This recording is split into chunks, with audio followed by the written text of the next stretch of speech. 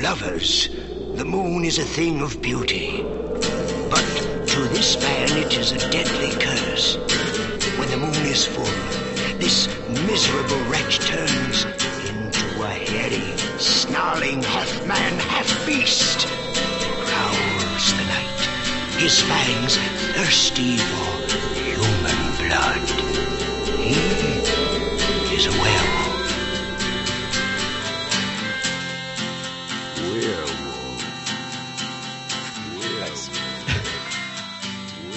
Hello and welcome to the Werewolf by Night podcast, the show where we talk about Marvel's #1 lycanthrope, Jack Russell, a.k.a. the Werewolf, a.k.a. the Beast, a.k.a. the Shaggy One. I'm your co-host, Matt Howell. And I'm Jacob Balcom. Thanks for joining us this week, listeners. I just wanted to mention at the top of the show, because we always mention this at the end of the show, that if you aren't following us on social media, we have a couple platforms we use. We use Twitter, which is at Werewolf Podcast. And we use Instagram, which is at Werewolf by Night Podcast, all separated by underscores. We post there pretty regularly. And we also add the art that we're referencing. If you hear us in the show say, oh, we got to add this one to the feed, we're talking about Twitter and Instagram. So if we're geeking out on a panel on how much we love it and we just dive into it and embrace it, and we say we got to put that in the feed, you can go see that on Instagram or Twitter. So check that out. And we'd love to hear from you on there too. We love when people chime in and tell us what they think about the show or whatever. Yeah, there's that. What else, Jacob? Well, speaking of the Instagram feed, you posted something interesting earlier this week. You want to elaborate? Sure. That's on the Twitter feed as well. This weekend, I was doing a little sound check with Jacob for our setup and for podcasts that he does for his family. And I saw an orb. I don't know if you folks are interested in paranormal stuff or whatever. I am a skeptic, but I enjoy ghost videos. I saw an orb fly across the screen past Jacob's forehead and then kind of expand into a weird mist form and keep zooming off the screen out of the frame. And he didn't see it. And I looked at the video later and I saw it. So I put a little video up of what happens. I showed it normal speed, 50% and 25%. And the real question is, Jacob checked the footage before that and said he didn't see anything. So my question was, what are you hiding, Jacob? Like a smear ad. It was the closest I'll ever get to having an attack ad made about me. And, you know, I'd be more offended, but you're lucky I look so handsome in slow-mo. And I don't really believe much in orbs or, you know, spirit boxes or any of those little things that they use on ghost hunting stuff. But that was the first one I've ever seen. So that was definitely weird. And I was tripping out on it, so...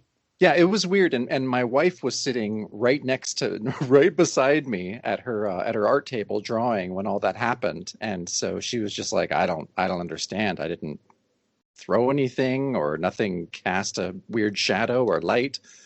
So yeah, I think she was a little weirded out by it.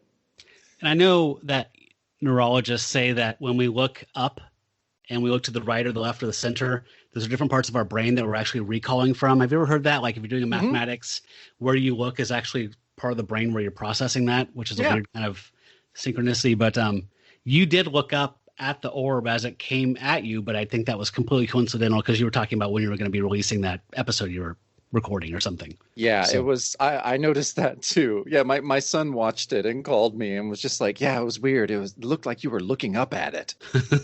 And I'm like you know, I'm definitely a skeptic. I like ghost videos and stuff, but I've always thought like if you go all in on ghosts, it's kind of like you have to accept a lot of other stuff off the bat that I'm just not prepared to do, like a soul and heaven and hell and God. And I just don't want to go down that road. I've been down that road. It's not great. So I'm just gonna be a healthy skeptic, not an asshole about it, but just a skeptic. Yeah, I mean, I think the closest I get is like pseudoscience, which I totally understand skeptics loathe, but like the idea that, you know, psychic energy can have some type of form that can be captured in a type of, you know, rock or whatever like that. So it's like essentially a tape recorder. So a haunting could be this residual haunting that just kind of plays on a loop due to some kind of, you know, it's like quasi based in physics, but it's not really at all. But it's just like a more, you know, there are more things on heaven and earth, you know, kind of thing. Yeah, see, that makes a lot more sense to me. Like just some kind of magnetic recording that is attached to a location, not necessarily because a of some disembodied psychic energy that was expelled by an event or something. Yeah, see, that's not outside of the realm of possibility for me. I'll take that. Yeah, I have a hard time too with like the entire concept of like there are souls, like kids souls just stuck in some house for 300 years wandering around playing with balls. If you leave a ball there and put a camera on the ball, they'll just move the ball. That's depressing. What God would want that to happen? I want to go into the whole Art Bell thing, but come on. Yeah, I know. And demons are supposed to be, like elemental spirits that were never in flesh and human form, that are these things roaming around being creepy. I don't know. The whole thing's a bit much for me. But anyway, you're haunted. I'll take it. It makes things at least interesting around here. So this week we're going to be talking about Werewolf by Night, number 17, which picks up right where the last issue left off, which I love that. I love that when that happens. I'm a total dork for that. Like when it's like the same shot. I remember, this is a tangent. I might have some tangents tonight. I apologize, but I love that episode in the original Twin Peaks run when they send the woman in to talk with the mayor, and they're just hoping everything goes well. And Coop and Andy and Hawk and Sheriff Truman are waiting outside, and it cuts to a commercial break. And then you come back from 4 minutes of commercials, and they're there still waiting outside the door. And like they look at Coop looks at his watch, and he's like, all right, let's go and check it out. Like real time continued while you were taking a commercial break. I love that. I do too. Okay. This cover was drawn by Gil Kane and inked by Frank Giacoia. Is that how you say his name? That's right. Okay. And I think that the GCD, the Grand Comics Database, suggested that Giacoia might have done some touch-ups, but it's not. They don't know for sure. Yeah, I think they specified in one of the notes that it's that the girl on the cover may be drawn entirely by Frank Giacoia. And I only think this may be right because she doesn't quite look like a typical Gil Kane woman. So they're saying that the female was added in entirely? Or was just drawn, by Frank Giacoia. Okay. But I thought it was interesting that GCD also didn't list any Ramita alterations, which is the first time in a while. Yeah. So maybe he's just gunning for Plug. You might have heard him talk shit about him because after that quote from the last episode, who knows? Oh, I love it. I really hope that Plug talked a lot of shit. So this cover has on the left side a brick wall exploding in a la Kool-Aid Man, like we mentioned before last issue, I think, when Jack leapt out of the Orly airport in Paris. But this is a giant gray cast, like probably 10-foot tall beast thing, and it's breaking in, and the werewolf is there crouching down, snarling at it, and behind him is who I take to be Lissa because of her hair color. And she's cowering as well. So this is just the beast. This is just this giant thing breaking in and looming over the werewolf and this woman. And it says, "Behold the Behemoth" on it. I thought that Kane's werewolf was kind of weird, his face on this. It is weird. It's a bit like scrunched in a little bit. It looked to me like, did you ever see that X-Files that had the weird like suckerfish? It's called The Host. Fluke, yeah. The fluke worm. Yeah. He kind of looks like that because like features are all wrinkly and like just a big gaping mouth with fangs in it. So it's not the best werewolf face I've seen. No, definitely not. But I do love the Behemoth because, first of all, I'm taking that since we had the Hunchback last time, and you kind of made that reference, like, the Comics Code says as long as it's monsters in the literary tradition, that's okay. Mm-hmm. I'm assuming this is the golem from Jewish like myth, right? Yes. So if you folks don't know, the golem in this story of like the ghettos of Prague, I think this rabbi took clay and he wrote the symbol for the breath, I think, or life. I can't remember what the symbol is, into the clay figure's head, and it came to life and it went out and it protected the Jewish people of the ghetto. And then I think at some point it goes out of control and it's rampaging without any kind of discernment between Jews or the people that were tormenting them. And then he swiped across the first letter or moved the first letter and it made it like death or something. I forgot the exact. It's been a long time since I read that myth, but something to that effect. But I think that this is them trying to stay literary and historical and follow the letter of the law, essentially. Did you get that? Yeah, absolutely. I mean, he's made of clay, and yeah, he's definitely more of a science-based golem. But yeah, Behemoth, golem, they're basically the same character. And what I really like about him, his face, he's, scowling. He is bald. Obviously, he's a clay man, so he kind of looks like Kingpin, but he's scowling, and it's just a great facial expression. And I love the coloring that I don't know who would have colored this, but the creature is obviously gray, but there's this light playing off of him, and it has these gradations that go through. So in his darkest areas, he's purple, and then it kind of bleeds into a baby blue, and then it bleeds into a seafoam green, and then bleeds into a yellow. And so he has this cool shading that's just hypnotic. Like, I just can't stop looking at it. It's really, really cool. I noticed that as well.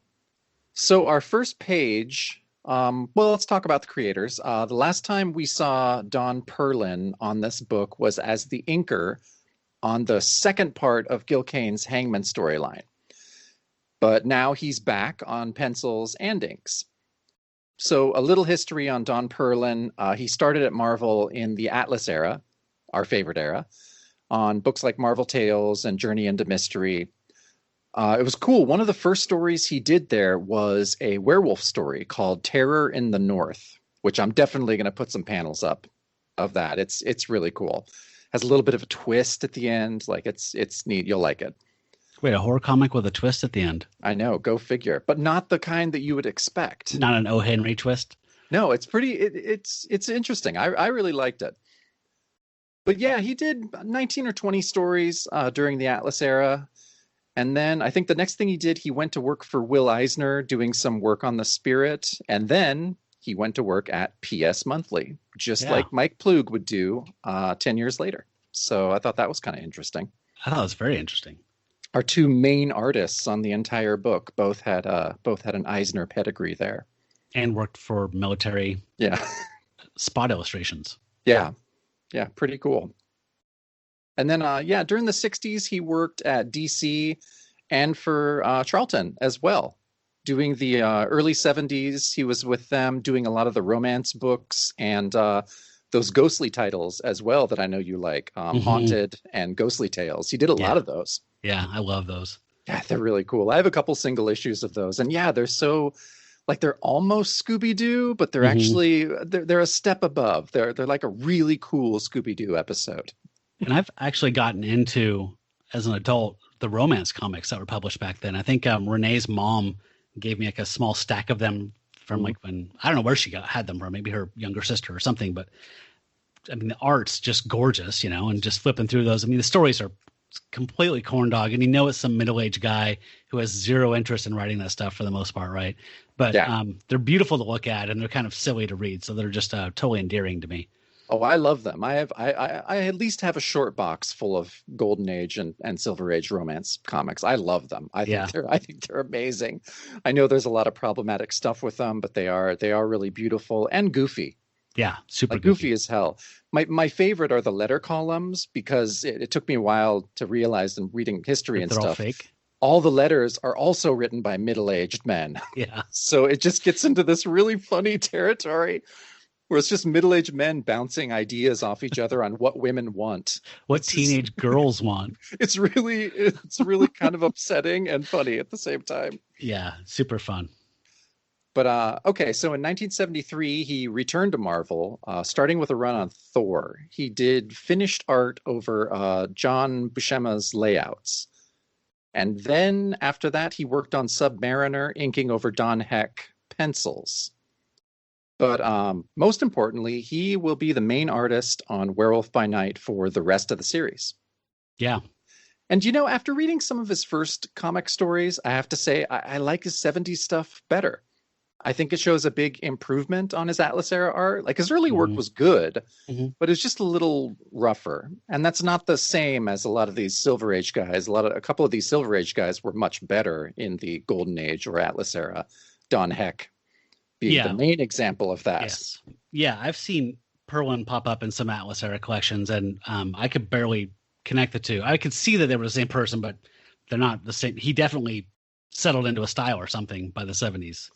So yeah, let's check out the rest of the credits for this issue. Mike Friedrich makes his second appearance on the book as our writer. His monthly books at this point are Kazar, Iron Man, and Werewolf by Night. So he's a busy guy. Definitely. And then Can I ask a question before we move on? Yeah. Didn't Perlin start with like Bern Hogarth or whoever that like Tarzan artist was, like in his earliest studying? Yeah, that's right. I think when he was going to school, or his I was reading, I think his dad like got in touch with Hogarth or something. Wow. and had some kind of connection with that. So yeah, I thought that was really cool. So Hogarth and Eisner. Yeah. Wow. Yeah, I don't So see. cool. I mean, I see a little bit of the Eisner in Perlin. Maybe not as much as Plug, because so much of Plug's artistic identity is Eisnerian. Mm-hmm. But yeah, you can definitely see. I think in the way that he draws women, that you can definitely see an Eisner influence on that. So we have George Russo as the colorist, and the letters are by Tom Orzechowski, who lettered Chris Claremont's entire X-Men run, which I thought was kind of amazing. Like, just to be able to keep up with the constant workload of Chris Claremont and his extremely wordy scripts. Like, that's a feat. And these were all hand lettered. This sounds stupid, I know, but I mean, at this point, these were all hand lettered, right? Like Yeah, absolutely. EC had that weird font that they made and used and everything, Mm-hmm. you know, that typeset. But these are all hand lettered. So yeah, okay. Yeah, and so it's a crazy amount of work. His Yeah. style is really cool. Like, he was inspired, I read, by the Flash Gordon strips of the 30s. All of his letters have this certain height to them that's kind of indicative of 1920s and 30s strips. Mm. So it's his work is fairly distinct and really cool. I feel like I'm just now, like at this point in my life, understanding a little bit more about the art of lettering. Like, I know you're not supposed to notice it, but it's sometimes, especially, well, and I think on this series, the first time I really noticed a big difference was when Tom Sutton did his own lettering. Yeah. You were just like, oh shit, it just leveled up here. Yeah. So yeah, that's the credits. Onto the first page. The title of our story says, "Trapped by the Savage Man Mountain Called the Behemoth." So yeah, like you said, the story picks up exactly where we left off last issue, with the Beast and Topaz in they're in the bell tower of Notre Dame. Yeah. And the body of the hunchback is still on the ground below. Topaz is saying, "Jack, get back from that ledge. They'll see you're a werewolf and come after you." So it's a really cool page where our point of view is behind the Beast and Topaz, kind of looking down, so you see the gendarmes and the body on the ground. And yeah, it's a really, really cool page. Yeah, beautiful splash. And that was a couple issues we didn't have any splash, right? In the first, wasn't like the Dracula. No, there's a couple where there's panels on the first page, and that was kind of an unusual thing. Is that 2 in a row? Yeah, that was two in a row. Right. So Topaz is wrong, because the gendarmes already know that there's a werewolf up there, because we saw last issue they're pointing up and saying, let's just let the two monsters fight it out and it'll be less damage on the cathedral, which totally makes sense to me, by the way. So, you know, at this point, Jack is in full control of the werewolf because Topaz is facilitating that with her powers. So he picks her up and carries her down the cathedral steps in this really beautiful panel to me that looks like Hammer or Universal, like, you know, the monster carrying the girl. And I love how Perlin and the colorists are indicating that dawn is coming, because like there's this orange that's spilling down the steps and the interior of the cathedral is all blue. It's just gorgeous and super thought out. And we get this panel that has Topaz doing the Plug plasma into the Beast's mind, which now that Plug is gone, I guess that's just canon. That's just what psychic energy looks like in this book. Well, now it's Perlin plasma. Yeah, it was Perlin plasma. Yeah, but I mean, it's visual. It's part of the visual language of this book now, permanently, I guess. Yeah, that's canon. And so the Jack in the monster's body is thinking, you know, I know she's going to pass out. She could pass out at any moment, and I would lose control and attack her. And then he creates a plan. And so the plan is, since the police are going to be running in there, he's going to put her down and jump up in the rafters and wait until dawn. So he'll be close to her in proximity, because remember, this is like Bluetooth. And so he needs to be close to her so she's not overstressed. there's this great panel at the end where there's like 3 fallopian tubes coming out of her mind and like with eggs in them. And that's how Perlin draws her mental powers. And I imagine that sounds like the Aquaman Super Friends sound effect that, when he's commanding animals. That's what I pictured. That's the only way you could read that would sound. So yeah, this is the big plan, is to just wait it out. Oh, I forgot to mention, there is a note from Roy Thomas here, because it says, as he's setting her down for this plan, he says, dawn was nearing, asterisk, and thus the end of my curse. And the note is, Time Watcher's note, from the airport to the cathedral is a long lope. And it really is, because after the last episode, I looked it up.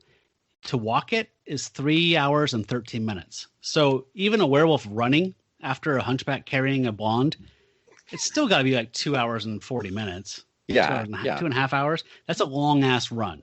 It is. But they took that deficiency in storytelling from the last issue and used it to their advantage in this one. And saying, well, dawn's coming now because we need this as a device. So, by the way, that took a long time to get here. Yes.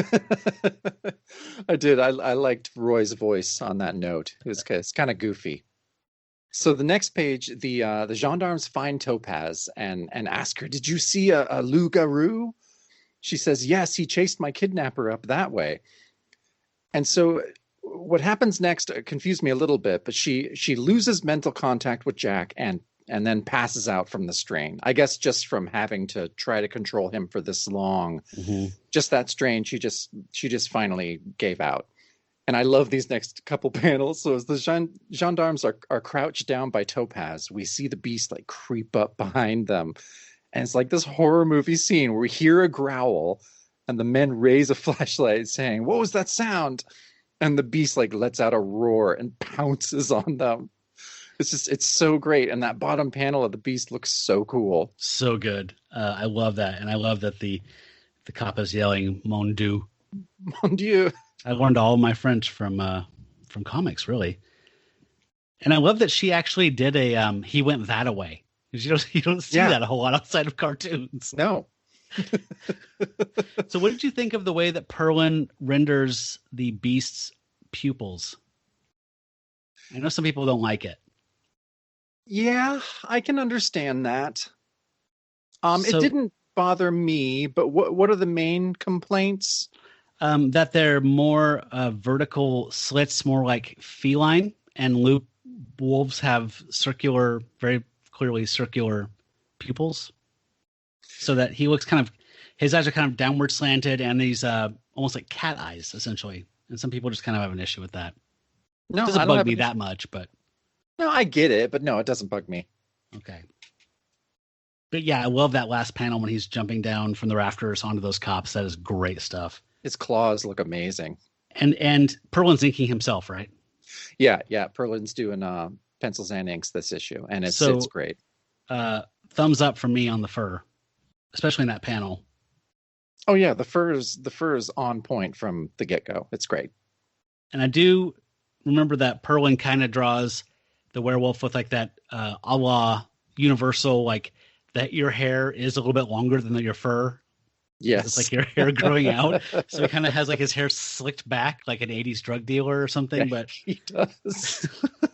But I'm okay with that. So Jack backhands one of the cops, grabs another one, starts throttling him, and he's thinking, "I'm going to kill them." And one of the cops thinks, "Jean Giraud, I must save him." And I love this third panel when that cop starts shooting at Jack, and it's very EC. The guns in the foreground going off with the bam bam behind the cop in the background, and he's all in orange with yellow from the pistol going off. Very cool word kind of stuff. And Jack gets hit again. Second time in 2 issues. He gets winged on the shoulder, the other shoulder from last issue. So Jack's thinking internally that mere lead cannot kill a werewolf, even when it strikes point blank. And the gendarmes are thinking, we need silver bullets if we want to kill him. Mm-hmm. And that's the second time in 2 issues that silver has come up. So that's a Friedrich thing, clearly, that no one else has been interested in up till this point. No, and we've been curious about that, just how, silver bullets are such a huge part of the mythos and seems to show up in every other werewolf story. And it's barely made an appearance in this whole series so far. Yeah, it seems like it's non-canonical at this point until now. So at this point, The beast is kind of wild, and he's going towards Topaz, who's waking up. And she says, and now Jack turns on me, crouched, ready to pounce. Jack, we have touched each other's minds, shared our hearts, our souls, everything. Stop, Jack! As he's crouched over and walking towards her with his claws out. Yeah, it's interesting. I think it seems that Friedrich and maybe Wolfman before him kind of went the other way that Jerry did, to where, like, early on in the series, the werewolf, we never really thought that Lissa would be in danger from the werewolf, because he always kind of recognized her and was just like, oh no, that's girl, I know her, I'm not gonna attack her. But there's a few times that it seemed like Topaz could be in danger of being mauled. Definitely. That's new. Yeah, that is new. And I'm not great with that, but I get it. It ratchets up the tension, so I'm fine with it. I kind of chalked it up to the werewolf becoming more powerful. And so as his power grows, maybe his will grows. So that's also helping, the Topaz issue of having a harder time controlling him. I don't know. Yeah. So, we see this on the next page. Topaz is still has the plasm coming from her forehead. She's still trying to control the beast. She's thinking, my abilities somehow are getting weaker, perhaps from the great strain I've endured lately. I must break through just this one last time. My life depends on it. And she tries. She's putting her hands to her temples, saying, harder, I must try harder. And then, finally the beast kind of snaps back, thinking, good Lord, what was I about to do? And right at that moment, the sunlight comes in, striking the beast, and we have a transformation that takes place all in one, like, simple square panel, like a small panel. And it's divided into 3 sections. It's a really economical bit of storytelling that I actually really enjoyed. I was just like, holy shit, you just kind of miniaturized it, and it still works. Yeah, it works. And I really like the way that he renders Jack. Yeah, I think, as I was reading this, because this is our new artist and our main artist that we're going to be with for, 20 some issues after this. And I felt all right. I was nervous, but then I'm like, okay, no, Perlin's great. He's going to do a fine job. This is going to be good. Okay, so Jack and Topaz then run out to the gendarmes saying, the werewolf, we saw him inside. And they just say, oui, mademoiselle. And they just take off. Jack says, we traded pants. Does that explain my green shredded pants? Yeah, but that's why I love what Topaz says. She's like, they didn't even question you in their rush to get inside, even though you're wearing, torn pants the same color as the werewolf did. And so after that, again, there's a lot of economy and storytelling in this issue, because the transition panel of them flying home is basically a widened gutter between panels, which I actually thought was really cool. Yeah. I mean, why waste that panel? Yeah, which is, it's cool and I like it. And this is going to come up as we go on, but we are 1 page short than we normally do. So, there's a lot of room. You didn't have to cram everything into this 1 page, but I don't think it hurts the story. I like it. What would a bigger panel serve?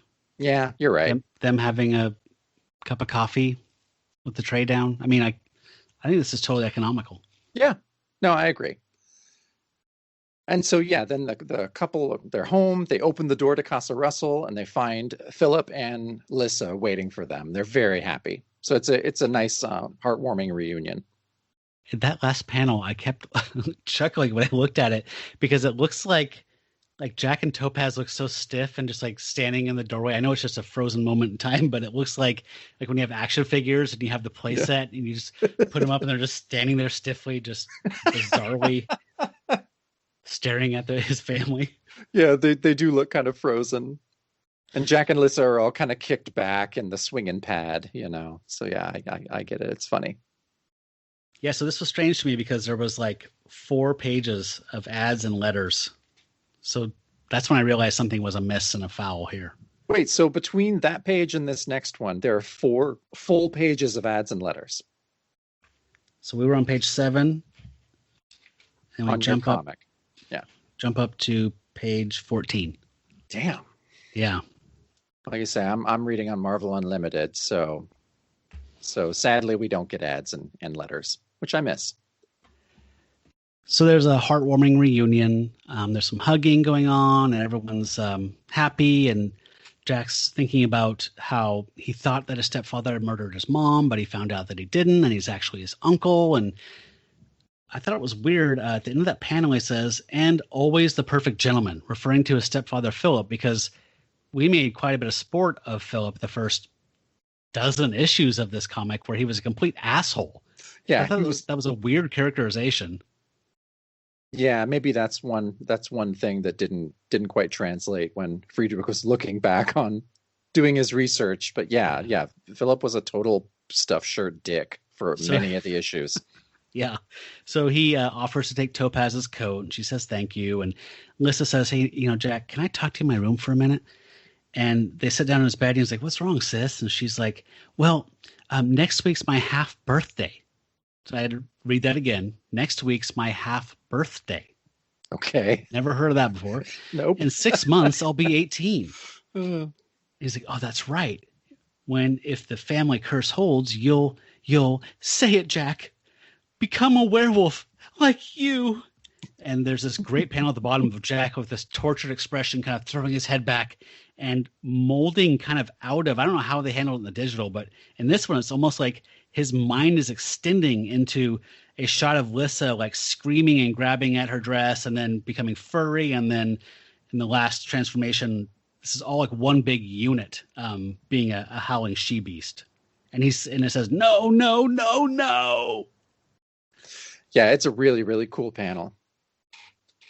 Half birthdays. That's like the whole jokes about like girls saying, "It's my birthday month." Yeah. Girls, we got to do something special every night. Yeah, it does seem kind of like something that a 12-year-old kid would pay more attention to. But I guess Lissa is just 17. She's only 17. Yeah.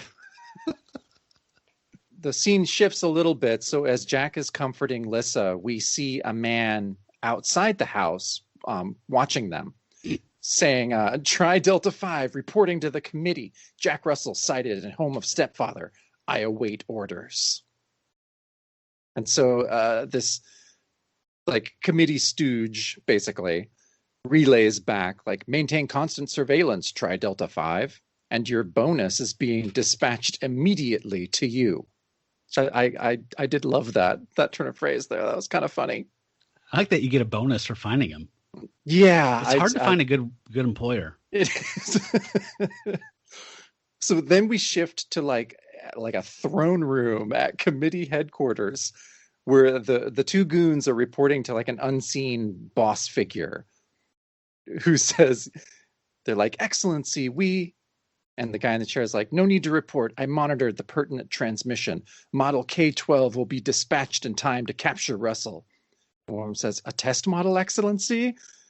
And then, yeah, it's a very Mighty Monarch moment where he just like, pushes the button, the throne turns around, and this is man with a cigarette and a holder. He's got a monocle. And he says, "Do you doubt me, the head of the committee? Would you doubt Baron Thunder?" Can we, before you move on, we need to address some things. First of all, this is so juvenile and bizarre. Like the back of his chair they're addressing in that previous panel this guy has a logo, like an influencer, or his personal branding. So it's like a skull, like a Punisher skull almost, with shorter teeth and devil horns coming out of it. So he has a logo. Yeah. And then when he spins around, he has a tuxedo on with frilly shirt front and frilly cuffs and cummerbund with the same logo on it. Yeah. Oh yeah. And a weird jarhead buzz cut. Just a little bit on the top, man. God, Baron Thunder. I mean, it's like a 80s toy line villain, right? It is. You'd think that this is like the committee play set. You know, Yeah, totally. you push the button and the throne swivels around. Yeah, I can picture a 12-year-old kid with a little werewolf figure going, "You'll never get me, Baron," and like Yeah. pushing something and a trap door opens and a fat action figure falls through the hole in the floor. Oh yeah, it's awesome. But even though my first thought after reading this panel, I was like, "Oh fuck, another head of the committee?" Mm-hmm. Like each time we meet a head of the committee, we meet the next one. They're like, "Oh, that guy was nothing. Like I'm the real head of the committee." But I like that though. It is. It keeps you guessing. That's for sure. So I guess this is the real like top of the organization. Like we thought Taboo was the top man, but okay. Well, let's go back to what he's gonna say. So yeah, he just yelled at them about doubting Baron Thunder. One of the goons says, "No, it's just our experts lost Philip Russell." And Baron Thunder says, "Only to that dead spell-wielding meddler Taboo, our original purpose remains the same." And then, yeah, these goons are really asking the questions that I'm most concerned with. Because the other guys, but we of your inner council don't even know the real reason we hunt Russell. Only the inane pseudo-economics we foist off on flunkies like Sarnak. I was like, oh my God, this is an info dump we're dealing with here. Because this is a lot of shit. Yeah, it's like a Christopher Nolan film. It is. Suddenly I'm like, oh my God. But then I also Inception love... or Tenet. But these guys are also like that, like the film critic in 8.5 or something, who's commenting on the lunacy of these things. It's just like, oh yeah, you know, like the inane pseudo economics we foist off on flunkies like Sarnak, and I'm just like, yeah, he's right. Sarnak stuff was crazy stupid. And that's Friedrich throwing some shade back at previous writers too. Yeah, inane pseudo economics. Oof, that's on Conway. Oh, man. Which I almost thought we'll deal with it later on. I almost thought there was a Jerry Conway kind of nod later on too. But anyhow, so Baron Thunder has his throne has so many buttons on the side, and he presses another one. Says the reasons remain my own, but perhaps you gentlemen need convincing. You see, gentlemen, Model K-12 is my personal creation. So he clicks a button and a wall starts coming up. Again, yeah, this is a play set, basically. Yeah. And I think that they were going for Bondian villain, but it definitely comes off as like Mask or Transformers or G.I. Joe kind of villain. This absolutely is Mask. Yeah. His name should be an acronym. Yeah. Right? It spells like mayhem or something. Even though, yeah, Mask was my favorite, but I always had, even as a little kid, I'm just like, command is spelled with a K. It's like, I don't know. That's commie stuff. Yeah, that's commie stuff. So on the next page, we get this really nice half-page, huge panel reveal of what the K-12 thing was, and it's the Behemoth that we saw on the cover. And it has this nice stipulation on it where the shading is, where it goes from black into the gray color of the clay to indicate this kind of odd clay texture on it. But yeah, he, kind of just says like, if you guys have eradicated yourself of your disbelief, or would you prefer it dashed to the floor along with your broken bodies? And the Behemoth picks the two flunkies up and like, no, we would never doubt your judgment, Baron, never. And then the Behemoth throws it to the ground and he says, good, do not forget that. And he has a really nice sarong on, by the way. I like that we didn't have to deal with any kind of gender neutral groin. There's a sarong, so he potentially has a clay penis. He absolutely has a clay penis. So it was a good artistic choice. Give him a nice little sarong. It's perfect. But yeah, this is just, Baron Thunder revealing this monster. This is cartoonish supervillainy. Yeah. The most cartoonish I think we've seen so far. Yeah, it's a notch above Scooby-Doo, honestly. It is. But I gotta say, I'm not hating it. I don't hate it. I don't hate it. It's not my favorite, but I'm still on board. I feel like if there was a jumpsuit or something, the 70s tuxedo with the ruffles is really thrown. The cummerbund. He has a cummerbund on. Yeah, that's weird. And a red cape with a and he had his logo sewn into the cummerbund. Yeah, who does that? Who do you find to do that? I don't know. He's got a badass tailor. God damn it. Okay. So let's read the narration on this next page. So we're back at Colden House. Jackson gets, so the weeks passed slow and as cold molasses. Each day I left my apartment, scouring every bookstore, visiting every professed psychic. And every evening I trudged home again, full of descriptions of the werewolf's curse, but hearing not one word of a cure. So Jack is really trying to find a cure, though I do kind of want to see what these professed psychics look like. Yeah. I just imagined Madame Ruby from Pee-wee's Big Adventure. Yeah, 1974 LA. Yeah, that's Madame Ruby for sure. Then Jack immediately hears chanting coming from next door. And he thinks, oh, that weird noise, like a chanting coming from next door. That's Mr. Raymond Coker's place. That strange dude who's so touchy about his privacy. I like that he's so kind he thinks the word mister. Yeah. You don't reserve that for speech. You think it, man. That's true respect. Which is weird because these guys have had a very bitter, brief relationship so far. Yeah, they've not had good experiences with each other.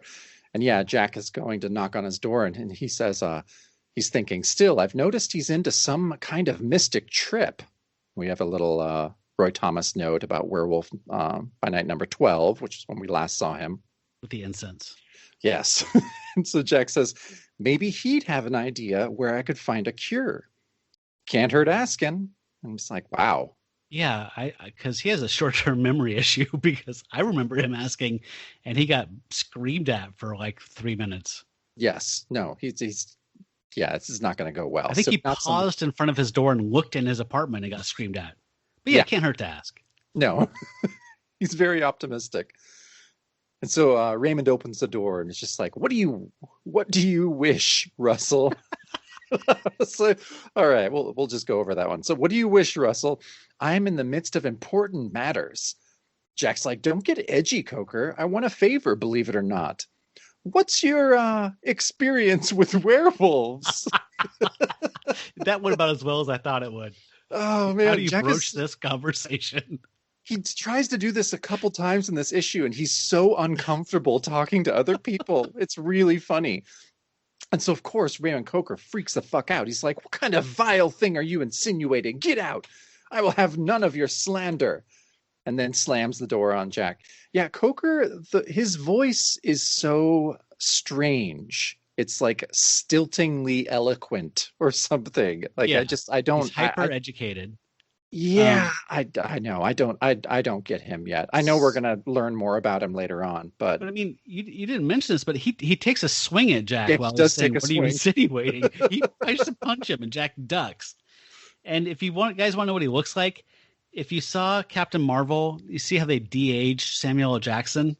Like 1992 Samuel L. Jackson would be perfect for this character. Yeah, that's a really good call. Yeah.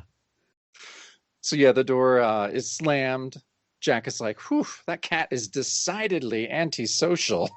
So I shrugged my shoulders and turned away. Yeah, Coker, man. He is a trip. We cut to inside his apartment and he's, leaning up against this closed door and he's thinking, could Russell have guessed? No, to blazes with him. I've striven too much to have my preparations destroyed. I must go on with them and brave hell itself. As he's approaching a pentagram drawn on, a pentagon drawn on his floor. Yep. Like a pentagram with candles at each point and a brazier burning incense in the middle. But I like that he said striven. Because striven, good Lord. It's like, God, do you have lunch with Niles Crane later? So Jack got me out in the hallways talking to his landlord, Sandy. He's like, hey, what's up with that guy, And she's like, yeah, he's always been reserved, which is quite the way to downplay that. Yeah. He doesn't fit in with our swinging singles role, does he? And then she says, by the way, a female has left a note for you on the other side of your door, which I guess means they just let themselves come and go into his apartment. Yeah, we're back to the Three's Company. Yeah. So he checks it out, and she reminds him, hey, there's rent's due tomorrow, which becomes important later, kind of. And so he looks in and sees that Clary said, hey, Jack, meet me at the studio. You're my date tonight. He's like, huh. All right. So he goes to Mallet Studios where Clary works as an actress. And then he thinks, hey, this is an opportunity because Joshua Kane, which is way back in issue 4, he says Joshua Kane was associated with them because he did film stuff. And his dead brother Luther claimed that he had a cure for lycanthropy. So maybe this can work out for me. So he pulls up to the gates at the studio and says, hiya, Sammy. Any news about Louis Belsky? And the guard at the gate says, "Nope, still missing. Strange thing, that." And there's a note that says this is a reference to Dracula Lives number 4. So apparently in Dracula Lives, there was an ongoing storyline about this actor who played vampires. He was like a kind of a washed up older actor who was trying to make a comeback and play vampires in Mallet movies. So in the last panel on this page, Jack approaches Clary, and she is with, let's just get through this thing here. He says, "Hey, why me, Clary? Aren't there dozens of eligible male leads who'd love to see, quote unquote, Melody Toon in her private, quote unquote, real life as Clary Winters?" "Oh, no, I only work with those guys. I'd never go out with any of them. I don't believe in it. Besides, you're so much cuter. By the way, this is my producer, Mr. Gabriel, and the guy standing next to her looks like if Gene Shalit and Ron Jeremy had a love child." He's got a long ass scarf on, like thrown over one shoulder, huge afro. So again, these quotes that I indicated, her screen name is Melody Toon. She wouldn't date them in real life as Clary Winters. This is still a running joke that she's not a porn actress, right? I mean, they're indicating everything says this is porn, but this is supposed to be a major studio, like in its Falling from Grace days. Yeah, I mean, they kind of, hint around that stuff. And all this is good, but, these gals flirting with Jack. He's about to go out on a date. First thing I'm thinking, where the fuck is Topaz? What is he doing? He is Topaz. Why is he even here? Well, I mean, this was his end to talk about Joshua Kane and Luther Kane, but yeah, I see what you're saying. Nah, it just, it bugged me. He also has that job dangled in front of him of possibly being a stunt guy, making some cash. Oh, yeah, that's right. I needed a Roy Thomas note for that. I had forgotten all about it. Where are you, rascally Roy? I think he ends up doing that at some point. Oh, maybe he does. That would be awesome. So this next page I love. So we see her producer or director again, and my God, yeah, your description of him is right on. He looks so insane. And Jack is really uncomfortable again trying to find out about Joshua Kane. So he's thinking, he's like, perhaps this is my opening. He's talking to producer, "Sir, didn't you produce Joshua Kane's movies?" And he's like, "Of course, why?" And Jack's like, "Well, I was a fan of his. Did he leave any notebooks or notes or books or," and he's thinking, "or anything to do with werewolves?" But yeah, he's just so uncomfortable in the way that he's trying to, he'd be a bad cop. He's not a guy that could easily find out things like this at this point. No, he's neither good cop nor bad cop. No. He's awkward cop. Sorry. The producer is like, it's a lawyer fellow handled all of that, carted everything off. His name was Jerry something. No, a Spanish name, Geraldo Cable, that's it. And so I was like, even calling him Jerry with a G, which is not super common. I'm like, so is he calling out Jerry Conway again here? By name? Yeah. And why would you say it as Geraldo instead of Geraldo? Geraldo, yeah. But he's like switching the two around, so it doesn't make any sense. No, I know. But you can tell that he said it like G, too. Yeah. Like he did not pronounce it correctly, Geraldo. No, Geraldo. It's like, Geraldo Cable. That's it.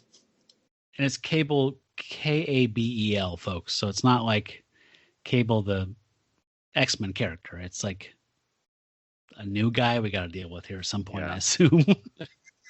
Well, and yeah, so the next thing that happens is Jack goes, all right, so yeah, Jack finally ditches Clary for the much more important task that evening of poring over numerous phone books looking for this mysterious lawyer. So I love it. This is misspelled, by the way.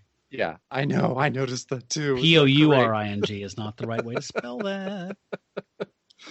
Pedantic Matt. Yeah, strikes again. So he's looking through all these and he's like, strange, I can't seem to find any lawyer by the name of Cable anywhere. Let's try Sherman Oaks. And then just kind of is reciting K names. He's like, nope. He says, I was so absorbed in alleviating my sister's plight that I didn't notice the sky darkened that night until it was too late. And we hear like a knock, knock, knock. And it's Topaz. And she says, Jack, I couldn't find you at your new Verdugo Mountain hideaway. It's past your time already. Okay, so am I crazy? Is this the first time we're hearing about a Verdugo Mountain hideaway? No, it's not. Okay. That's where remember when he said we were like, oh, he's being responsible now. Like, he's like, okay, guys, I gotta leave, and he drives up in the mountains, and there's that old dilapidated building, and he actually turned into a monster there, and that's where Taboo found him, or Taboo's flunkies. Remember the guys in the geese? Yeah, that's right. I guess I don't know if I would have called that a mountain hideaway, but I guess it is. Okay. Well, because it's written, the phraseology sounds like Price is Right narrator or something. Yeah, Your new Vertigo Mountain Hideaway. So yeah, I thought that was so great. So she comes in, and so we're going to have to deal with this because he has not realized that it's the full moon. So now we drink. I'm having the Long Branch again. What are you drinking? Still on Woodford Private Reserve. Ooh. Oh, that's good. So then Jack is saying in the narration, I remembered then why my rent date was so important.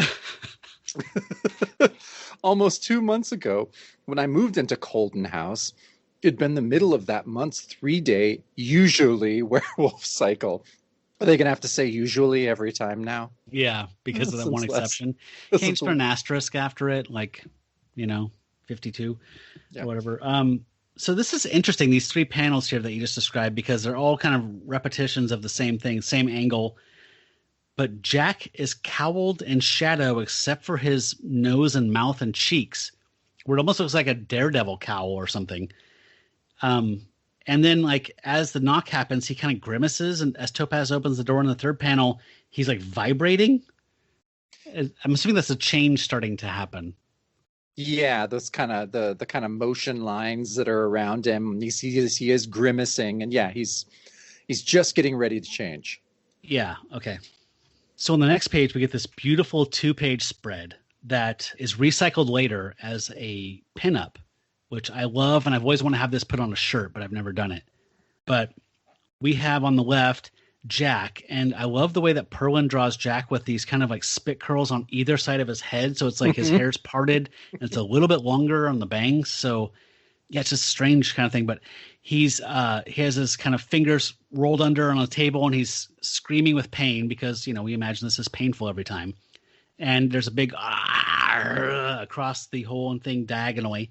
And then he is getting elongated fangs in his nails and first starting to grow in his fingers on his face. And it's 4 different iterations of Jack into the Beast. I'm going to read the copy here because this is noteworthy, but this is a great picture. And so, though man's calendar and nature's moon are not nearly aligned, this time they were still close enough that I should have known.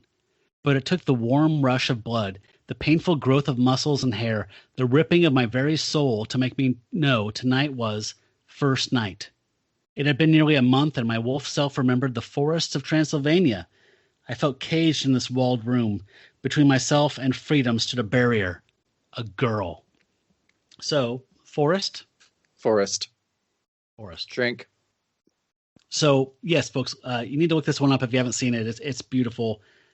I believe when it's repurposed in a few issues from now as a pinup, there is text added around it. So it's displayed on 1-page landscape style, and there's text around the border that says, I hope it's a change for the better, which I always thought was a cool 70s kind of, hey, man.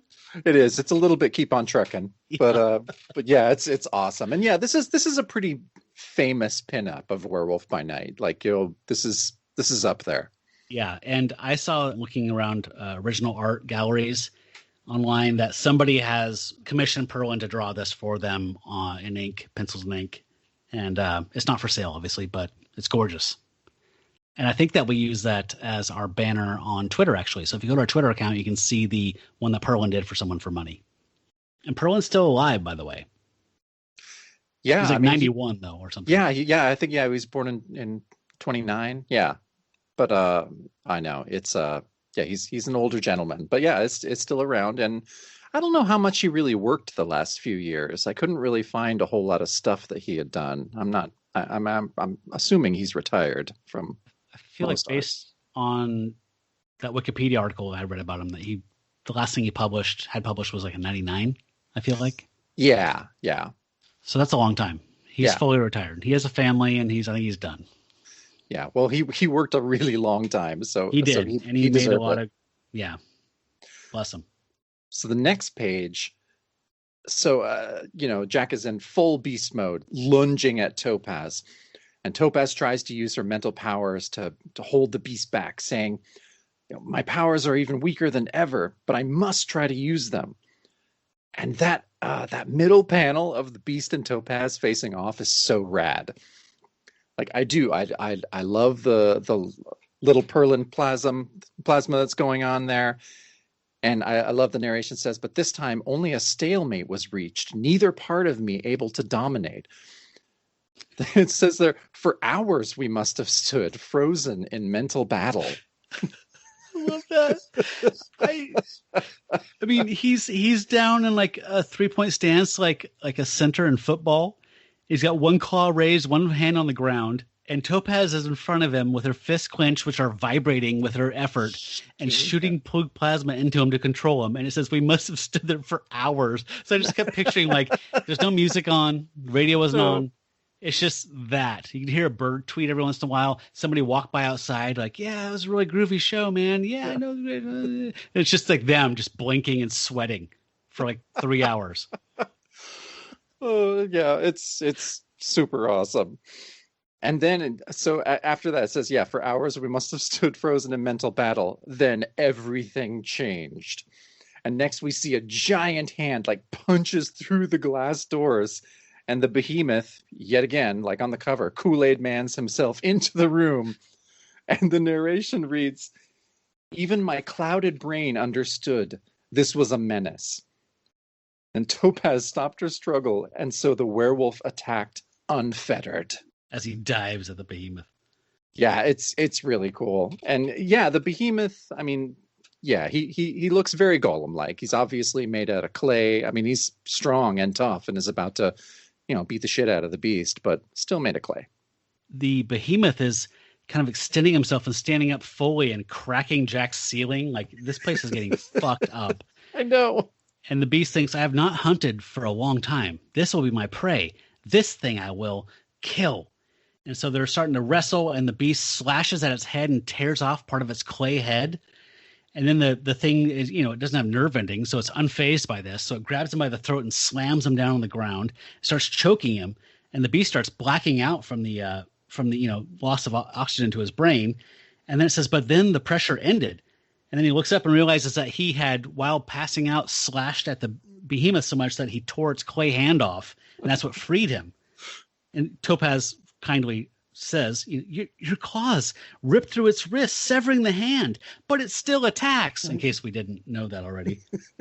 And then it says, "A throated growl of pleasure escaped my parted fangs." I love that. Yeah, it's just awesome. And those middle panels where you're saying where the beast is being throttled, they're 4 small kind of rectangular panels, and it's so cool. I love the sequential nature of those panels. Like, it's so cool. It really, really shows the fight in a great way. Yeah, I just love the idea of like this clay thing that you can just completely destroy with like little effort. Yeah, because that's what it seems like.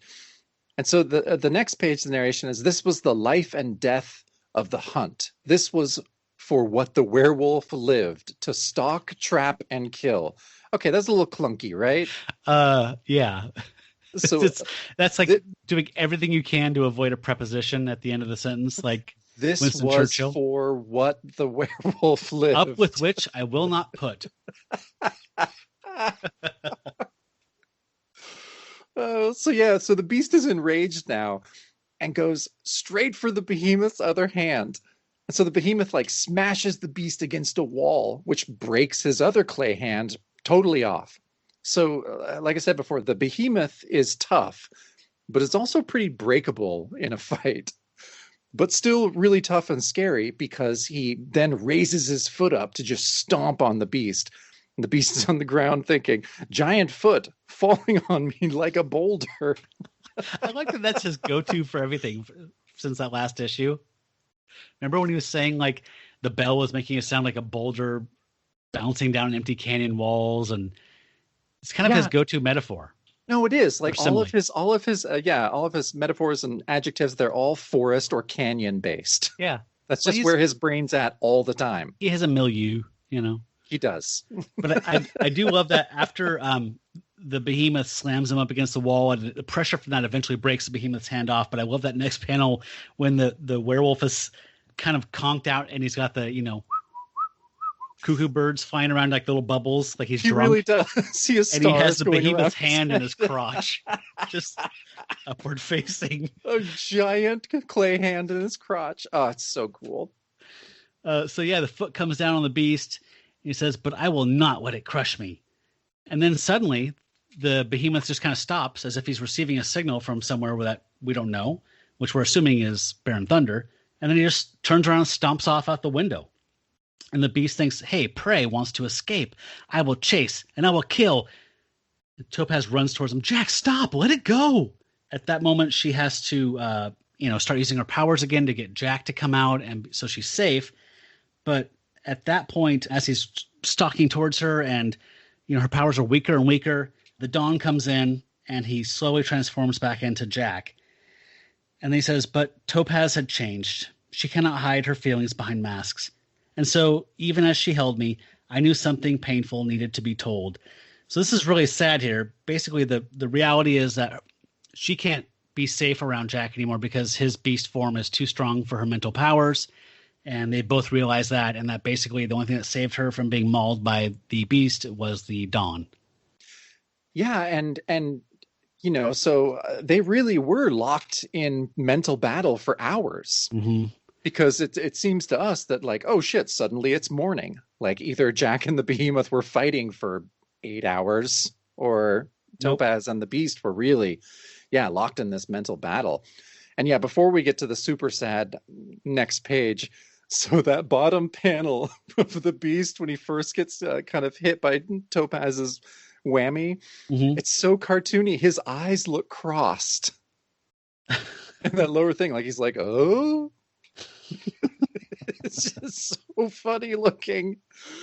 But that's also a really cool transformation that we get. It's kind of like, pulls out a bit camera angle wise.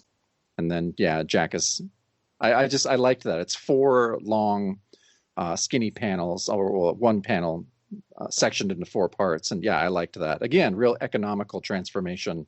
Yeah. Panels. And that last panel is heartbreaking. So Jack's in his apartment down on his knees with his head resting on Topaz's like tummy.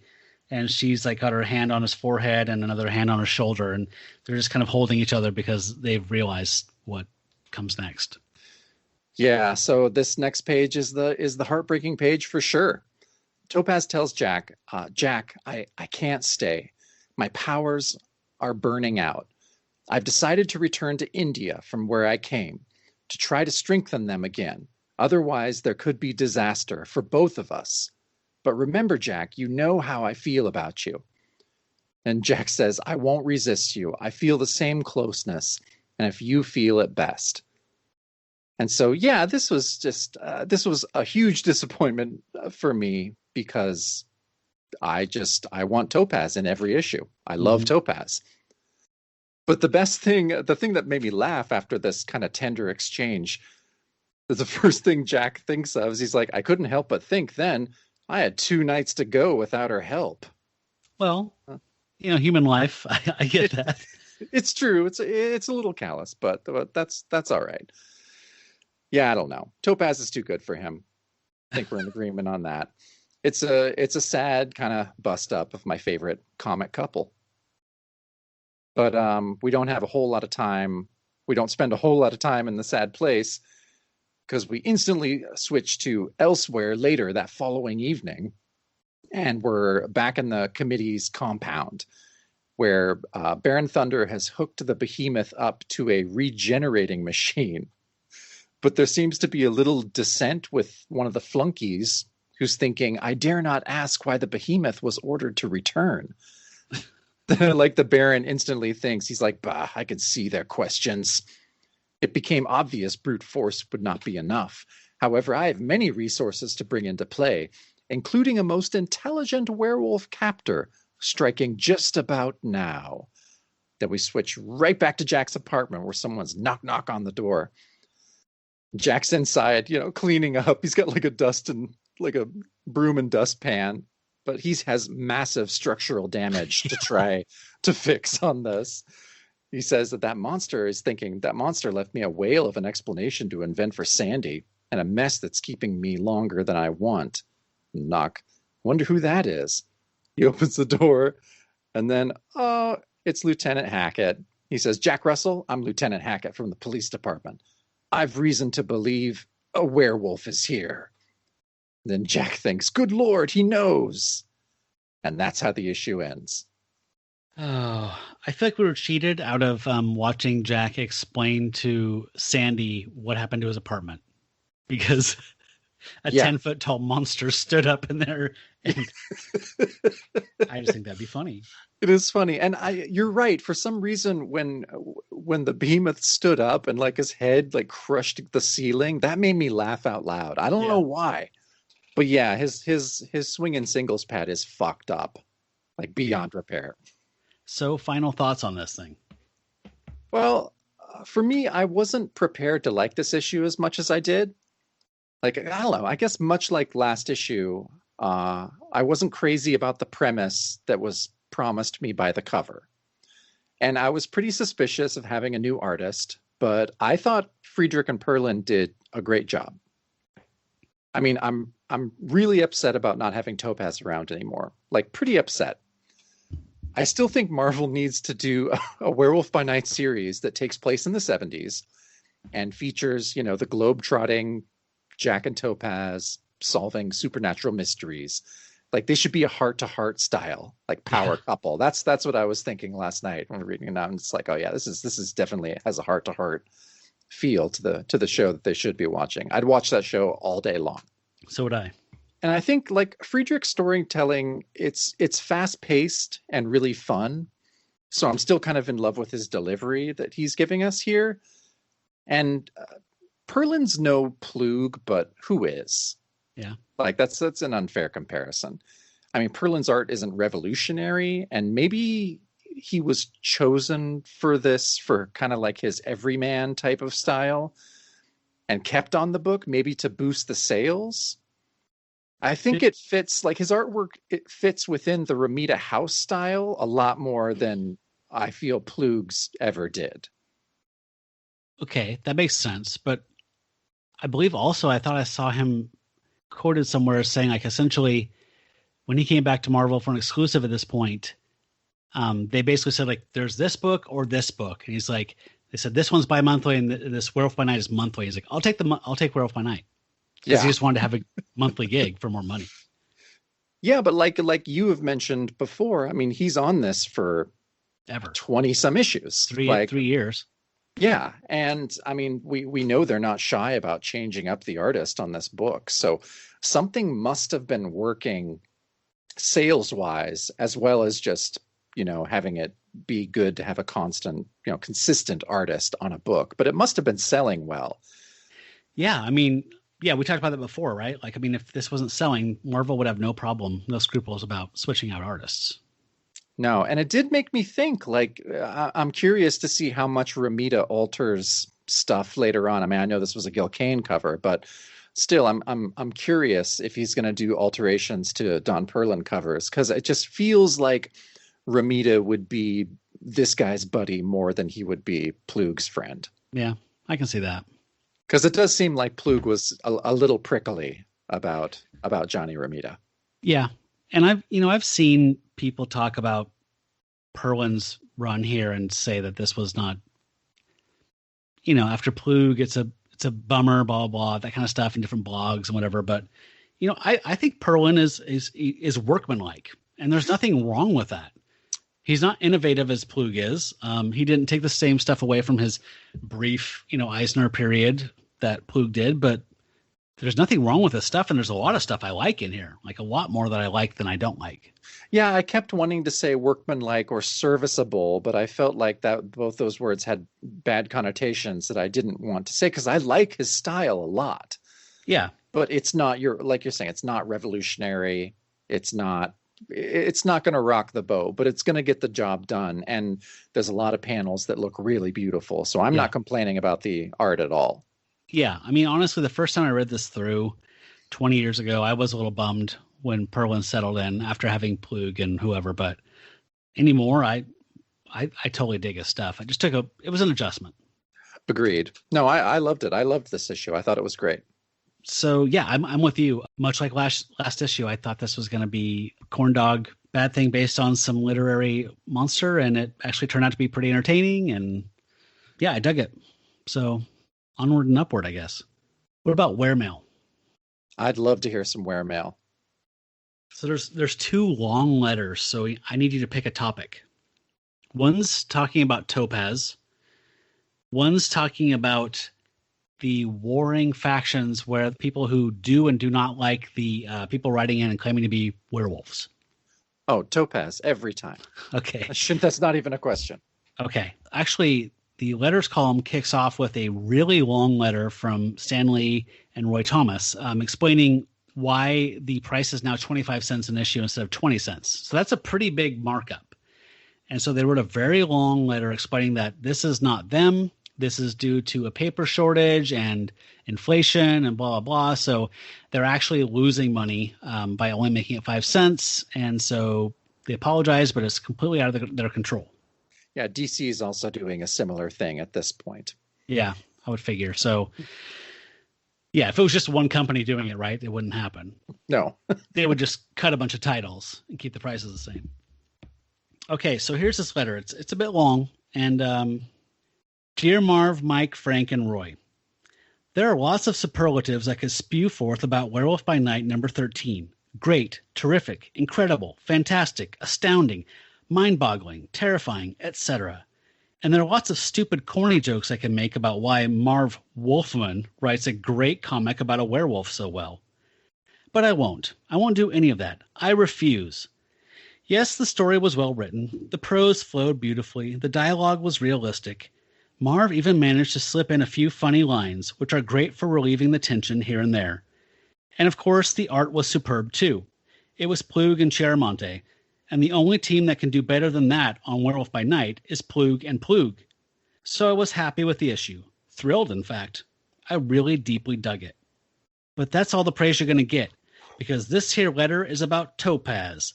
Topaz. Pronounce it backwards, with a silent T, of course, and what you get is what she are. Zappo! This has got to be the greatest female character to come out of the Marvel bullpen in years. Not only is she gorgeous, her origin is different and unique. She has powers that work in very believable fashion, and, most of all, she's got a real personality. The weird thing is, that personality comes across more in the artwork than in Marv's words, though I'm sure the way he must have described her to Mike had a great deal to do with it. Her personality traits are so obvious, they're almost subtle. What you've got here is a very confusing character with almost unlimited potential.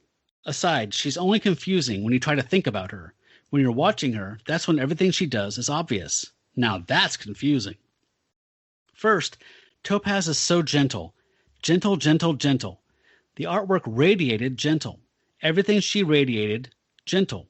She destroys a tower, and the soldiers inside come floating down to the ground as the structure itself blows to pieces. Gentle. Boy, is she gentle. She's gentle enough to make you vomit almost. Except that she's also very seductive. She's too beautiful to be that gentle. Really. Okay, I'm a cynic. Which is why it's nice that Marv also gave her a very strong will. She's gentle. How many times have I said that? But she's not soapy. Or soupy. She's also good. No. Good. No, make that good. Lord, she's so good that you want to vomit, too. Not innocent, though, which is the thing that saves her again. Good, but not innocent. Gentle, but not prissy. You've got to keep her around. It's going to be a contest between me and Marv to see if he can keep handling her with the fine, careful tightrope balance he's done so far, or if I eventually wind up vomiting after all. Hang in there, Marv. This poor wretch is depending on you. George Logan, Webster Groves, Missouri. Oh, that was rough. Yeah. Like, I get it. I get what he's trying to say. And to our listeners, this is one thing. Matt always just springs these on me. We don't confer about the letters before we record. So Nope. I'm always hearing them the first time that you're hearing them. And so yeah, my reactions are on the spot. And yeah, this guy really really grates on me. He's not. He thinks he gets Topaz. He doesn't get Topaz. So no one understands like you do. No, they don't, and they never will. Okay, here's a response. Alas, George, Marv has departed Werewolf by Night to edit our humor magazine Crazy, which, he tells us, has occasionally been accused of having the same stomach-disturbing effect as Topaz upon some readers and editors. Is that an indication that Crazy was not doing well? Or that people hated working on it. Okay. And to concentrate ever more closely on his pride and joy, Tomb of Dracula. However, Mike Friedrich, our new werewolf scripter, is on paws and knees waiting to hear whether you retch or rave about his version of the stunning Topaz. Whichever you do, though, Mr. Logan, kindly do it by mail. Our ears are as sensitive as our noses. Good grief, can't we talk about something else? And then, in response, so there's that letter where the person's saying, hey, remember what that prick wrote in? He's like, I heretofore forthwith tell you thou shalt not write werewolf letters. They are offensive to my intellectual mind. Remember that? Yeah. Thing? Oh, yeah. So, whatever. This person says that person's a drag. They don't enjoy, the fun of comics, blah, blah. So, but in the response, there's another crazy reference, which I think is another jab at it, which says, the point is, we think that there's room on these pages for all kinds of comments, funny and serious, offhanded and pedantic. Each type of letter serves its own special function. We don't want to publish scholarly treatises. We don't want to publish a humor mag. The aforementioned crazy, some claim, is evidence of that. See, I got to say, I mean, a lot of times I come out and say, this is absolutely not Roy Thomas. This is definitely Roy Thomas writing this. It's got his particular level of snark that I love. So yeah, this is Roy Thomas.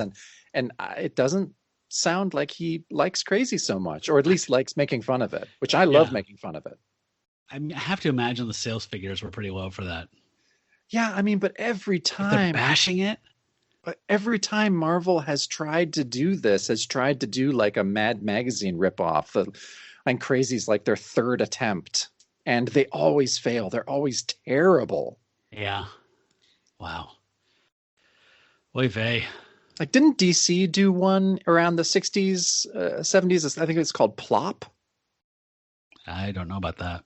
I think I'm sure you're right. I think Aragones had something to do with that, but even with Sergio on board, it still is just terrible. No one can do Mad Magazine except Mad Magazine. Yeah.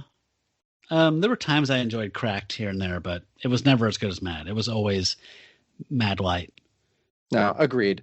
I actually think it's funny. I think Cracked was more successful as a website for me than as a magazine. No, definitely. Yeah. I actually really like their articles. No, their website's great.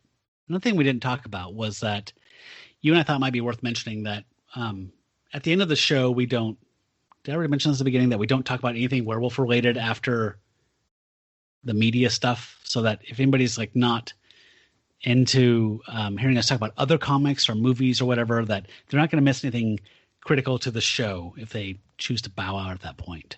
No, they can check out after Wear Mail by Night and will not miss anything pertinent to the issue. They'll just hear us rambling about shit we like. Yeah. So we're just talking about what we're reading, what we're watching, what we're listening to, whatever. So it's just kind of a time for me and Jacob just to talk about what else is going on because we're friends. So if you want to listen, that's awesome. Otherwise, you won't miss anything if you check out. So can I share something with you after you say what you're going to say? I can see you're going to say something. Oh no! I mean, I'm just very excited because I got my books back from the bindery. Oh yes.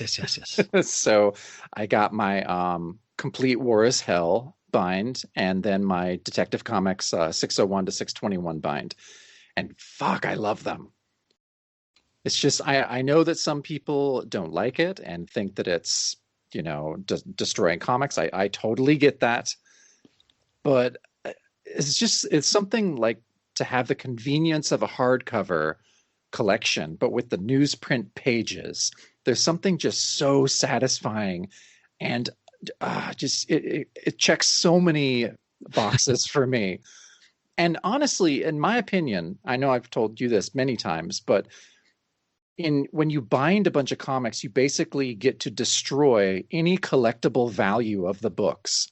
Right. Its true value as an entertainment form is all that's left, which is what it was made for. Yeah, it's using it for exactly what it is intended for. Yep. So it's like the most punk rock thing you can do as a comic collector. And yeah, I love it. And, I mean, I get it. I get they're collectible. I get people like to slab them and stuff. But if you slab a comic book, it's a fucking baseball card. Yeah.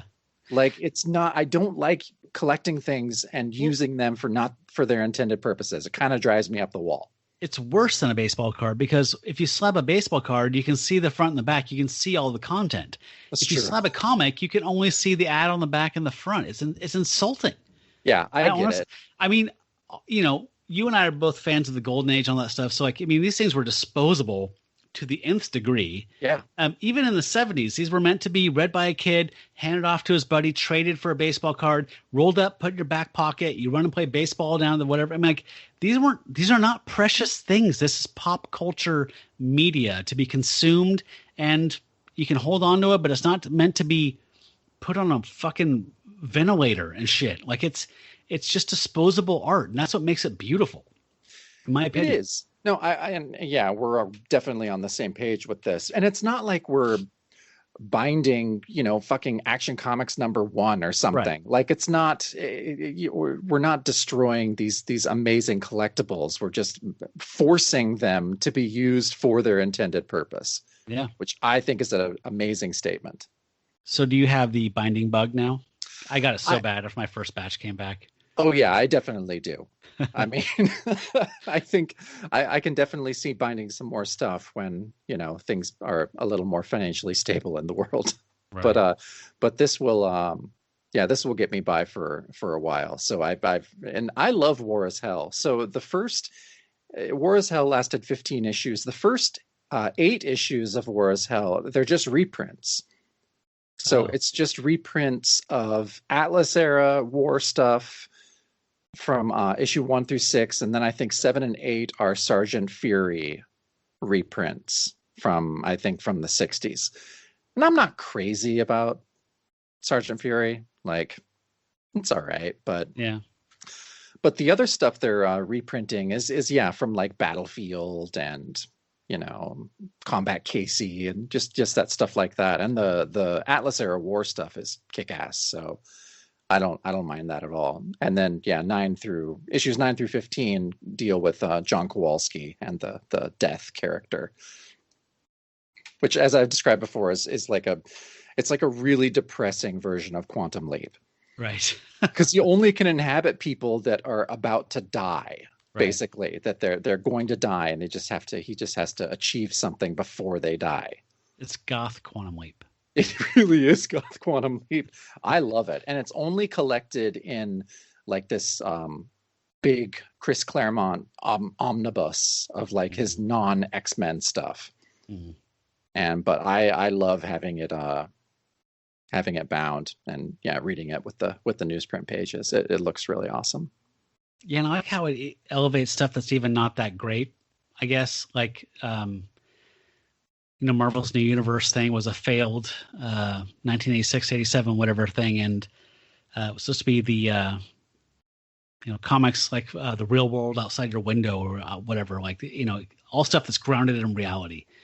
But they did have Starbrand, which is like this kind of Green Lantern-esque type of thing where space power comes down and is handed off to an Earthling, and they're dealing with this epic power that they have. And I loved it at the time. I knew that New Universe wasn't doing well, but I totally dug Starbrand, so I just kind of had them all in a long box. So when I started doing stuff, I bound them, and I read them all the time now. Like once every 2 or 3 years, I read it, and it's a trip. It's great. Especially when John Byrne came at the end and said, fuck all the stuff you guys have done. I'm going to go 2001 Kubrick with it. Like, it gets really weird at the end. Yeah, I definitely need to reread some of those. I've sporadically read some of that line, but I definitely don't think I've read any of the John Byrne stuff. So I'll have to get that from you at some point. Definitely. I'm just starting to, you loaned me your bind of Hex Oh of yeah, the 80s hex. the 80s future He- sci-fi hex. Yes. After Crisis on Infinite Earths, Hex got flung into the far-flung future in a Mad Max type world, and turns out he's a really good fit for that as a Civil War veteran. Yeah, bounty hunter. it's so crazy, but it does kind of work. I will have to admit. I will say that as much as I love Topaz, Stiletta is my other huge lifelong crush in comics. That's Have you met Stiletta understandable. yet? I have not met Stiletta yet. Okay. We'll talk about her when you meet her. What about you? What have you been reading? Today I read Pulp by Ed Brubaker and Sean Phillips. Have you checked that out yet? No, I haven't. I really want to, though. Ooh, so I read it digitally, and I'm probably going to buy it, even though it's only 77 pages. It's absolutely gorgeous. The art is, I mean, you've seen Sean Phillips, like Criminal and stuff, right? So Yeah, God, those guys are on fire. Anything they do together is just fucking gold. yeah, I loved Pulp. You can read it one sitting. It's hard to put it down anyway. So yeah, it's basically about this guy who is a pulp writer in like 1939, and he writes these Western pulp magazines. He gets paid by the word, and he writes about this guy called like the Red River Kid and his buddy Heck. And you come to find out that this is not just fiction, that he actually lived a life like this in the late 19th century. And he was the Red Creek Kid or something like that, Red Rock Kid. And his buddy was actually named, Spike. And all this crazy shit with like cattle barons and stuff actually happened to him and whatever. But, he's an old man now. So it's kind of about like how he survives selling these stories about himself. And he's a reformed outlaw, and he's not an outlaw anymore, but it's hard to talk about without spoiling anything. But it's, there's definitely like a last heist kind of thing involved in it. And there's some Nazis. That's all I'm going to say. It's absolutely gorgeous. I have to buy it. Oh, It's I'm got excited. that kind of quality where there's like brush, like ink stuff on all the contours and the forms of characters and stuff. And then there's like I don't know if it's digital or not, but it's like this like dry brush. So there's a bunch of like spaces where the color's not filled in. So like if the Red Rock Kid is standing there in like, a desert plateau type of thing, to show the plateau, there'll be a dry brush of like reddish over this wash, and then maybe a little bit of dry brush just going up on the right side of his face to indicate shadow. But it's all, he can see these speckled, like pointillist, like things where the ink didn't go through or the paint. I'm talking about, where it's like all really rough. Oh, yeah, okay. I don't know what that I know there's a name for that. I don't know what it's called though, but where it's like the brush is super dry and there's not a lot of paint on it. So it's like when you make a stroke, it's got a bunch of like areas that aren't paint covered. It's just full of stuff like that. All the texture is that. It is gorgeous to look at.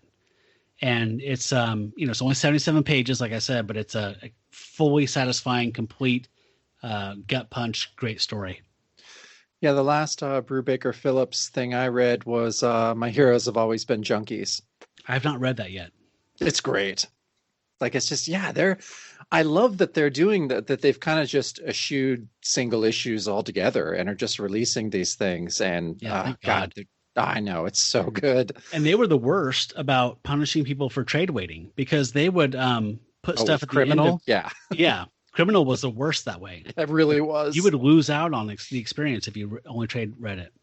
So, no, they're making up for that. Yeah, that's cool. What about you? Well, yeah, I mean, aside from my binds, I didn't read as many comics this week. I'm not too far into it, but my wife and I were big fans of Leonora Carrington, the artist, and she wrote a novel I think in the early 60s. It's called The Hearing Trumpet, and it's she's a surrealist painter, artist, is just kind of getting her due a little bit more in the last 5 or 10 years. And yeah, it's just a short novel that's very, very surrealist and very difficult to explain. I'm only about a third of the way through it, but yeah. So I know for some weird reason I normally consume comics continuously. But yeah, this week I was reading that Leonora Carrington book, and then reading some Arthur Machen. Oh, what are you reading? What I was rereading the White People, which I just kind of keep going back to. Yeah. I think that might be my favorite thing of his. You haven't read The Three Imposters yet, though. No, I haven't read The Three Imposters yet. I've read The Great God Pan and The White People, and shit, there was one that I had texted you about a while back. And that was one I really enjoyed. So I'm kind of going through his short stories. Yeah. I like his shorter works, honestly. But The Three Imposters is actually 3 stories wrapped in a bigger narrative. So kind of makes sense that way. I think it's in my collection. Oh, I hope so. Yeah. I love it. And I can't believe it hasn't been made into a graphic novel yet. Like, it's so primed for that transition. I also read something called from Boom Studios called Warlords of Appalachia. Oh, yeah, you posted about that. I'd never seen that before. Yeah, I hadn't either. I just went into my Hoopla thing and just kind of like was doing the recommended or trending or popular or whatever and dug around there because, you know, my checkouts are going to, they don't roll over in the next month. So if I don't check out a bunch of stuff to read, I don't get it. So, yeah, I grabbed it. It's by Jonas Scharf and Philip Kennedy Johnson. And it's set in the future after a second civil war where all the other states in the South have surrendered except for Kentucky. Kentucky's the lone holdout. So, and the president's like this guy called Orrin Roth. And he's very Trumpian in the sense of like the book starts with like a shock jock right-wing DJ doing his show. And then you find out later that that is the president. So he's like this media personality who is on the air like 4 hours a day, ranting and raving about Kentucky and these hillbillies. And in Kentucky, there's this drug that's like, they say makes crystal meth look like, you know, dirt weed. And there's these people that smoke it and their skin gets this bluish hue from the chemicals and they kind of devolve into like animal-like people that have no power of speech and they live in the woods and their adrenal glands are completely on overload at all times. So they're basically berserkers. So there's areas of the woods and the mountains that you can't go to because that's where those things live in the old coal mines. It's pretty interesting. I didn't love it, but I liked it enough to read more about it for sure. It looked interesting. So I checked that out. Yeah. So the story kind of follows a, you know, if you're a Walking Dead guy, it kind of follows the Rick of that. So like he's a guy that's like an ex-military person and he has a son and blah, blah, blah. So he's, you know, not a Green Beret or whatever, but he's like this, you know, hyper capable military man who's standing up against the government. So it's kind of like a get Cade, whatever, you know, kind of thing. Because he's leading the insurrection. So yeah, that was pretty interesting. Worth checking out. Cool. Yeah, but I checked out a bunch of stuff.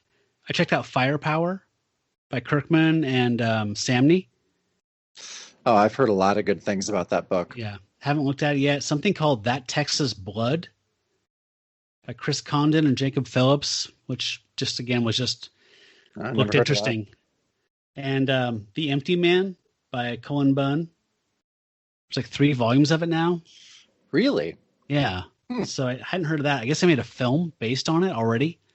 Which wow, I have no idea what this is. Yeah, it's a horror book for sure. So I felt like as a horror fan and a genre film fan, I was surprised I hadn't heard of that yet. But Cullen Bunn is pretty great. Yeah, I'm a big fan of his stuff. Yeah, for sure. I don't know who the artist is on that though, but it sounds like it's kind of like a Slender Man-esque, like urban legend type of horror thing that kind of, I don't know. So yeah, but I did watch a movie. Okay. And I feel like I need to mention it. All right. So I watched the new The Invisible Man, starring Elizabeth Moss. Yeah. Directed by, I want to say the guy that made like Saw or something, Lee Whannell, or I forget his name. Yeah, watch this on HBO Max. Have you seen it? No, I have not seen it. Okay. So it was kind of lauded. And like audience scores, critic scores are both like low 90s, high 80s, pretty much across the board on every platform. We hated it passionately. It was idiotic.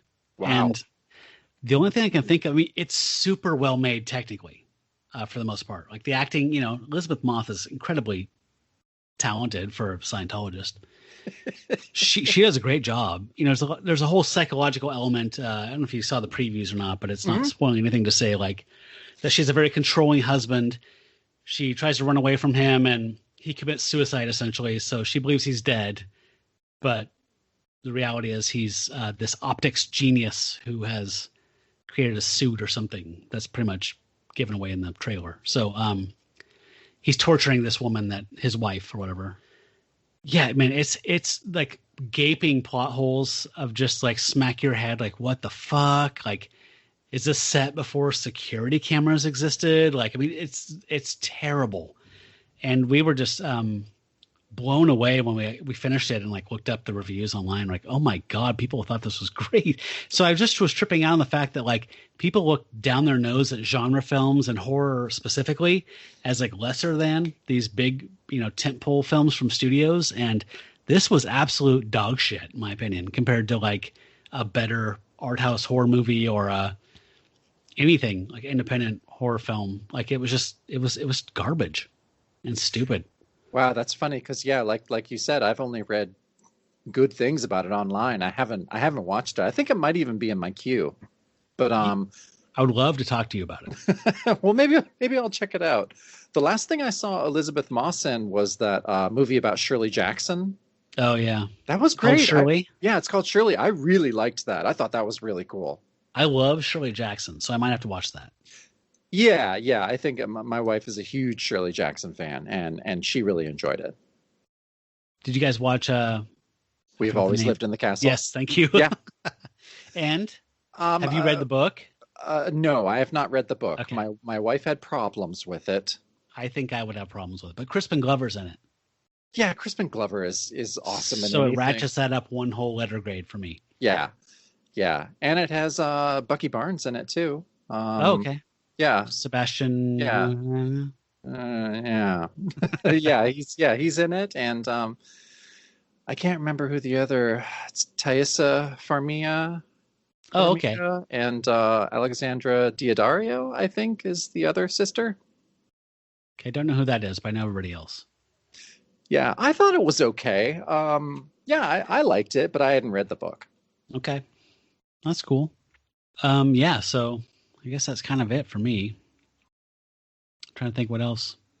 Just that Heaven's Gate cult docuseries on HBO. That's about it. Yeah. So we're still looking for reviews on Apple Podcasts or whatever platform you can review us on. If you give us hopefully a 5-star review, but any star really we'll deal with. We want your feedback and your reviews. And if you send us a screenshot of that, I will send you a pack of 5 buttons made from actual panels of a Werewolf by Night comic. Mm-hmm. Just as a little thank you. And they don't have to be good reviews. No, they don't. I've really enjoyed sending these out though, and people that have gotten them have seemed to really like them. So I like doing it. It's fun. I love making the buttons too. And it's fun when they post them and tag us too. So we love that. Yeah. Right on. So join us next week when we talk about Werewolf by Night number 18. Till we meet again, neath the full moon, furry ones. Here's howling at ya.